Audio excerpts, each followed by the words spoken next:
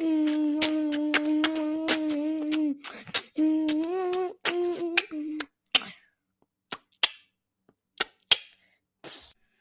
everyone, so back day 9 today, and we are talking around Kronos, the superhero. No, well, actually, you'll get into it, but it's all about we're challenging how we have certain mind blocks around time and what we need to do about it, and some solutions. And this is something that Ray has definitely championed, and I watch her operate like this. And when I talk about authenticity and integrity and not getting you guys to do something we wouldn't do ourselves, this one is something that literally lets Ray run her life in a way that makes it so efficient.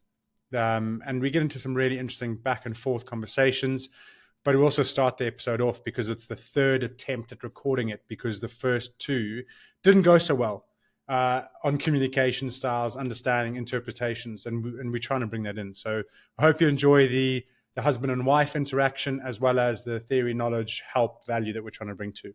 Enjoy the episode. Why are you laughing, Ray? Well, I'm laughing because this is take 2. We had to start again because we just couldn't get into a flow. Okay. What happened? We're trying to be authentic here. Well, we both have an idea, I think, of how this episode should flow. And we both were flowing our rivers in different directions. So it was like there were two people talking on the episode, but having two different conversations. You were on that river, I was on a tubing one. It's the different communication styles. The reason that we're on this is it's opposites, and we need to work through those things. So welcome to the Identity Human Podcast. No, now you stole my bit now. Welcome to the Identity... Fine, you go. No, I go. No, you go. You go. I insist. Welcome to the Identity Human Podcast with your host, Don and Ray. Oh, you stole the Ray. Sorry, I was in the flow. Welcome back to the podcast with your host, Don, and the wonderful... Ray. Yay. Okay, so go for it. What are we talking about today? Well, we're excited to be here for day number 9 of our 12 Days of Christmas series. And today, after much debate, so as I mentioned in previous episodes, we took the lead on different episodes in the series just so that we could bring, different food for thought, bring our different energies, bring our different experiences. And something that I have had a lot of experience in over the past sort of 5 years is time blocking. Okay. Great. So what I'm saying it like that because I was like, don't explain. No one knows what you're talking about. Let's go. Okay. So yes, we will be talking about time blocking. If you haven't heard the term before, it's all about how to take control of your time and be the master of your time. Okay. But this episode is going to I want us to generally talk around just time and how we hopefully can change your perception of time after listening to this episode so that you can completely transform the way you approach 2025. So rather than feeling like you never have enough time, realize that there's more than enough time to do what you want to achieve, and it's how you create priorities in your life. So what I thought we could begin by talking about. So I was drifting away there because I said, let's give time a different word called Kronos. And he's a villain. And everyone sees him as a villain or her as a villain. And we want to turn him into a superhero. Exactly. Time that it can be your superpower. Yeah. It doesn't have to be the thing that holds you back. I think I've nailed it. And that's what I really want us to put across in this episode is how can we take time on something that people so often talk about it negatively. Time's running out, I don't have enough time, and how it's holding them back. And even as a negative motivation, like put up a thing of 80 blocks and every year tick one off. Like that's how much time you've got left. And it's like, that's so scary. So how can we take that and actually realize that time can be your superpower? It's your superhero. It's you really have more than enough time than you need to achieve everything you want to achieve. And that will help you to think differently. And we're not just going to talk I don't know what I would define as fluffy and just these big ideas. We're going to talk about some practical tools like time blocking. But I think it's important that the overall concept of this episode is to really change your relationship with time. So how would you say people typically live? Like most people, it was say us about 5 to 7 years ago, before we started really working on time blocking and tools like that. Typical day as parents of young kids growing businesses. Well, I'd say you've streaked ahead since then. and I still have bits of me that do, but so that's how I recognize it. People, like reactivity. So reacting to like what's going to happen today. So even though we've put time aside, something else comes up and all that time that we put aside no longer matters. And the way I see a lot of people doing it is they literally they're so good at just cracking on and just doing their day. They know what needs to get done and they just crack on. So they smash through their email inbox. They smash through their to-do list. They do everything that their kids need doing for them. And they're just absolutely moving at a million miles an hour, just doing. And they have these big goals that they want to achieve. So whether it's like a health goal, weight loss goal, a goal in their business, a personal development goal, they have these goals they want to achieve, but the years, like time slips by, and they realize that they look back at their last few weeks, and those weeks have not moved them further towards where they want to be. So it's a very reactive style. And there's nothing wrong with it, but that's where we see most of our clients. There's nothing wrong with that. If you are in a great space in life and you actually don't have young kids, you don't have businesses, things just go. Like it's not about touting that there's one way that's certain that is right to live by. But when it comes to performance, which is what we're trying to help people with, and like speed of the world, you got kids, you got lots of things going on, and you actually just feel like you're falling behind, and you are complaining about not enough time and being reactive and fighting fires and all that kind of stuff. Then this is where what we speak about really does matter. Yes. And so I would say a whole lot of what Ray does and how she champions this is so important. And from my side, it's all about like, well, how do we learn to be able to apply the things that she says? Yeah. And if there's one thing you take out of this episode is to never allow yourself to say the phrase, I don't have enough time, whether that's just to yourself or to others. If you hear yourself saying, there's not enough time, I don't have enough time, then just obviously you're going to still say it a few more times. There's a lot of time here, but it's about recognizing and becoming aware that you're leaning on that phrase or that idea too much, and slowly kind of removing it from your life. And by the way, there's some of you that are listeners and be like, Ray, I know you're saying that, but it's a lot of nonsense. Like it doesn't matter. You come and look at my day and you will see I just have no time. From our point of view, we have 4 young kids aged 9 and under. We have about 4 or 5 businesses between us, multiple businesses that are growing, and some of them more established, some of them growing, but all successful. So I have about 10 different team members that all report to me in different forms. My kids flexi school, so they're part home educate, part go to school. They have a sport every afternoon. Not just one sport, like 3 to 5. Don and I manage to exercise 4 times a week and do things like the 3 Peaks Challenge together, and still have time for date night. So we have a lot going on, and we have enough time for it all because, and here comes the key that I really want to focus on. It's all about having a life by design. Yeah, you've got probably a key one is we don't sacrifice sleep. Yes, so that's because otherwise people just go, okay, well then you must work till 2 a.m. It's like, no. I think I was saying to someone today, we probably only went past the 12 o'clock mark maybe 5 times this whole year, and that's not a stretch. Like there are times that you're just going to have to just put. Yeah, so we're not compromising on our health where possible, and one of those key pillars for us is 8 hours of sleep. Wow. 7. We aim for 8. 8 is like the golden. Obviously, it's a goal. Anyway, we never really go below 7. Yeah.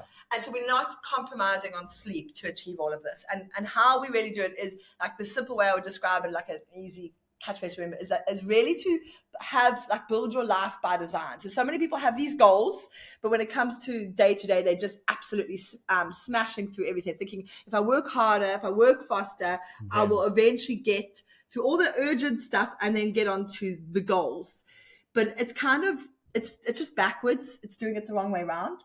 So what life by design really means, and this is kind of like time blocking, but in simple terms, what you need to do today, and our little, each of these 12 Days of Christmas episodes, we have a little tasks for people. And so the tasks I'm giving you quite early on, not like near the end. I want you at the end of this episode to sit down and on a single piece of paper or a spreadsheet if you are that way inclined, or another piece of software, but somewhere where you can print a piece of paper that shows a picture.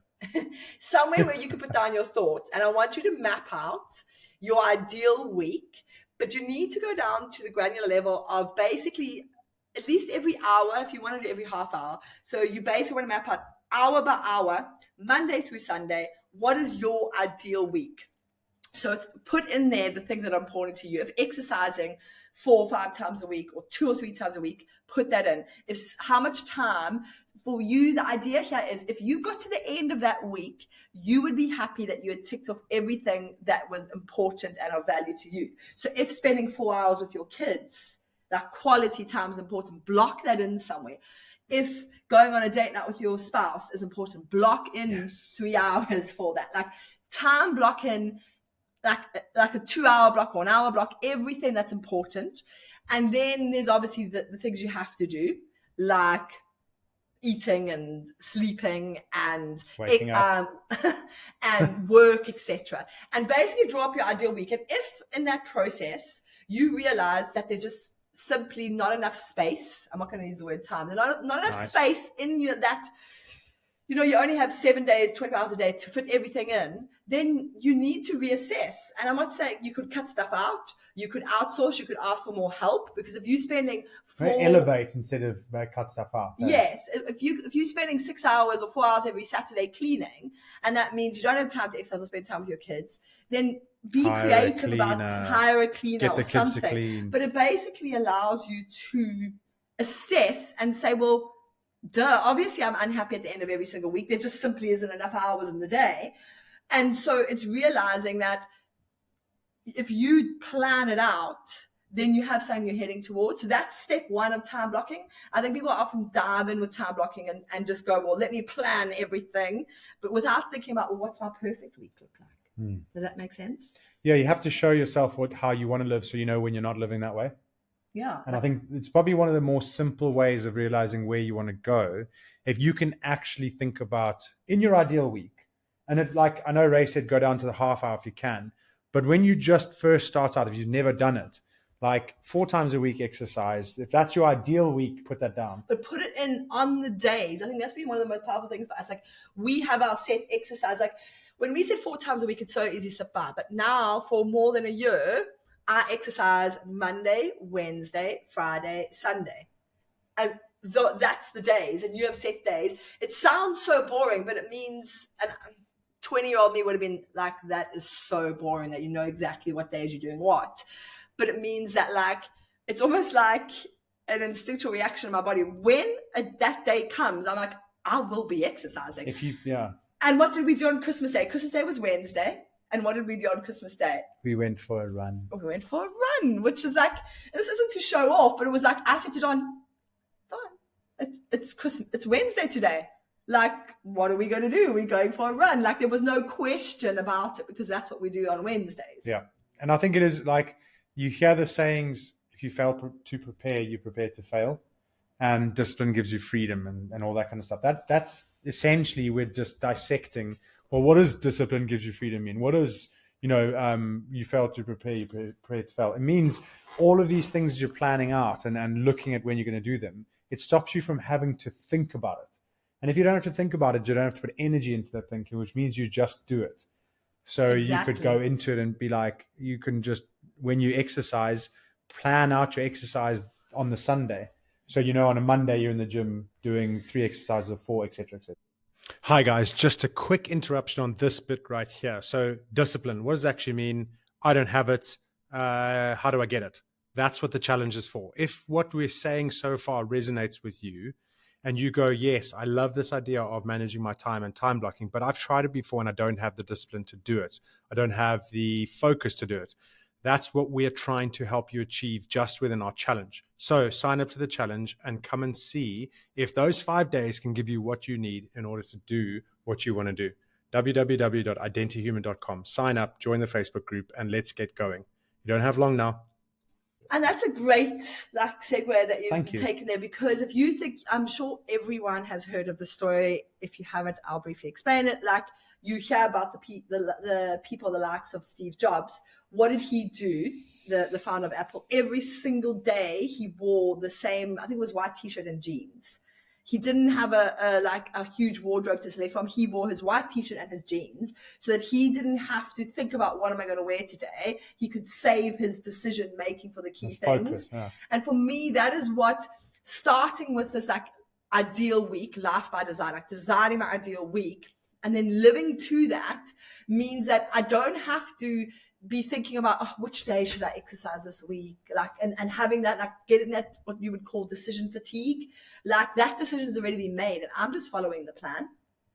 And I think that's a big thing. I know, like, my when you now get into the time, so that's like your ideal week. When you get into the actual time blocking, that's a bit more technical. That's where I literally go into I use a Google Calendar. Some people might use an Apple Calendar. And I literally, everything I do in my work day and my day is blocked. Why are you smiling? Because this is where I would say, you should try that app called Motion, which you haven't tried. But it's I have tried, but it just didn't gel with me. It's an AI integrated calendar. And if you don't do something, it moves everything else along. So it helps. Whereas Ray does that manually. And I actually don't know if AI doing it for you keeps you as disciplined as if you do it yourself. Yeah, that's the thing. So my rhythm. So if you want, I'll just talk very high level because we don't want this episode to be too long around time blocking. But how the rhythm then goes from like, okay, you've sat down and drawn up your ideal week. What I then do is I use a Google Calendar, but any like online calendar. Actually, that's a good point. If you don't have a digital calendar, what do you do? How on earth are you still managing? Well done, first of all. Second of all, get one. Oh yeah, that's a big. So that's a good like second grade. Like we talk about not always giving the university level explanation for things, but actually going back to a lower grade tie it into your personal email first, and then add on everything else that layers on top of that. And so I think it's a really important point. I'm just jumping and talking about digital calendars, but other people don't even have digital calendars. So that is an amazing. And what you can do with your digital calendar is to share it with your spouse, with grandparents, have different calendars for different family members and color coding. And it just makes it so easy. And also, you will get to a point, if you follow the stuff that we're talking about, and if you live in the life you want to live, that calendar becomes your second brain, which means that even events that you choose to do with family or time that you're going to spend with friends, you'll put in there. Because A, you're not going to book anything over it, and B, you're not going to forget. Yeah. Because there's nothing worse than when you're busy forgetting that you'd agreed to go and see someone, and then they're there and you're not. Yes. And all because you just didn't think, you didn't have the mental capacity to remember it. And when you get as busy as you are going to be if you listen to this, those things are going to mean a lot because they're going to make you feel terrible, and there's nothing you can do to undo them. So do yourself as many favors as you can. So from a practical side, so you've sat down, if we go this, like you've got this digital calendar. Hopefully we've promoted it to you enough so you can see some of the benefits. And you've drawn up your ideal week on a separate piece of paper. Now, what I want you to do is take those things that are really important to you. So it could be your exercising, your time with your kids, your date night with your spouse, and put in a repeating calendar event. So like Don and I have a monthly life dinner, which is a very unique type of date that we do, that we've spoken about before, where we like review our finances. It's day one or day two. Yeah, it's day one or day two of this series. That is a 4-hour block, the last Sunday of every month. And I use a color coding, I think it's pink, like a peachy salmon color. I don't know why, but I have a color for different events. Or different categories of events. And so that's time blocked to repeat every month. That's a simple example. Things like that. Like, so I have my different businesses that I run. And so like Cube, my one accounting practice is in blue, Root to Growth in red. And what I'll do is like, okay, I need to make sure that I spend an hour on Cube's marketing every Wednesday morning. That gets blocked in. So I've blocked in. And so you slowly start to build it out. Don't expect to get your calendar fully blocked out from the beginning. That's overwhelming. Just start to put some key things in.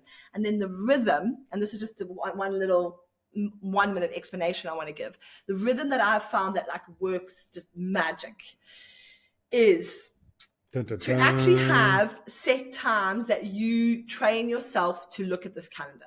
Okay, because there's no point in sitting down, drawing up your ideal week, putting it into your calendar and never looking at it again. Okay, this is where Don's struggling a bit. It's like developing this habit. So for me, what I do is every Sunday evening, sometimes I'll do this on a Friday afternoon if I know I'm not going to have a chance on a Sunday evening to look, but it needs to be before the Monday morning. Okay, whether that's a Friday afternoon for you or a Sunday evening, open up your calendar and actually just kind of look at the week. Be like, is this realistic? Run through each day. Does this anything need adjusting? Like, just prepare yourself for your week ahead. Is there anything you need to prepare for? Okay, so that's really important. Move things around. So every Sunday, that's like a bigger session, or a Friday afternoon. And then every single morning, the first thing I do when I sit down at my desk for the day is I open up the calendar and I like get myself into my day. It's kind of like situating yourself. You sit down, you're like, right, this is what I'm doing today. Okay. And you do that. So 5 minutes at the beginning of the day, and I do check it throughout the day too.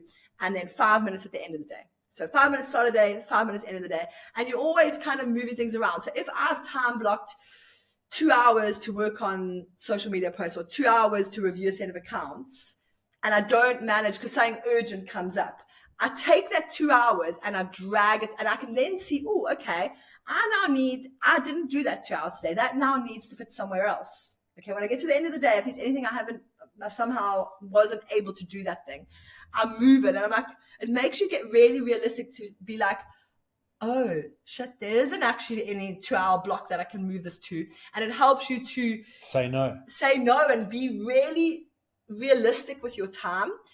And it's and super value powerful. Your time too. Really value your time.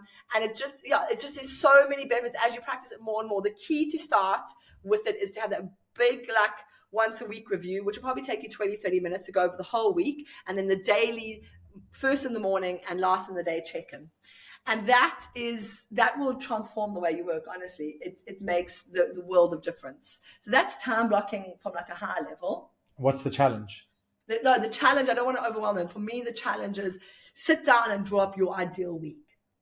No. That is all. If you then if you're ready to embrace a digital calendar and start to map out recurring calendar events and do the full time blocking, amazing. But if all you do today is just draw up that ideal week and have an idea of what actually fits in your life, you've won. Yeah. And name one thing that you'll do consistently and start to add that in. If that's, yeah. And something else I wanted us to also just come off in this episode. I know it's slightly long. Well, it's going over 20 minutes, Ray. And we've said to people we're not going over 20 minutes. So is to really talk about this idea. I don't think we've like fleshed it out. Is why do we say it's so important to never say like, oh, there's not enough time? And I think, I don't know, do you have any thoughts to add around this? No, because I want to keep you in flow. It's really because if you're always using time as an excuse, or you're seeing time in a negative way, it's never going to serve you. Like, you have to realize that it's not about there not being enough time. It's that you haven't put your priorities first. And you also have to be realistic about the fact that when someone, it could be a friend, a family, someone you love, hasn't done something because you've invited them to do something with you, or you've asked them to do something and they haven't done it, and they say, oh, sorry, I don't have enough time. That's not really true. It's that they haven't prioritized it. Mm-hmm. Because they've probably been scrolling on their phone. They've probably watched TV. It means that they haven't prioritized it above other activities they're doing. Maybe not mindless stuff like scrolling. I don't want to put them down. So I'm not just going to say it's definitely social media scrolling or TV. It could just be business and life. It could just be whatever's happening in their life. The point being, it's not that they don't have time, it's that they don't see what you're asking them to do as a priority above all the other things they are doing. So it's important to, I suppose, saying I don't have enough time is approaching life like you're a victim of time. When actually you aren't a victim. You are in control of your circumstances, and everything that you are wanting or needing to do in your life, you need to put a priority on that. And is it a priority or not? If it's not a priority, you're not going to do it. Yeah, learn to say no, learn to have your boundaries. So it's just really rewiring the way you approach time. Yeah. Cool. And make Chronos your friend, not your ally. Okay, well, that does bring us to the end of it. I'm not going to add on too much more because we've stolen 2-3 minutes of your time that you did block out for this. So technically, if you were good at it, you would have switched this off for 20 minutes. So remember, we are who we are through others. So I'll work on me for you. You work on you for me. And that's our Ubuntu. All right, we'll see you in the next episode. Have a great day. Are you going to put that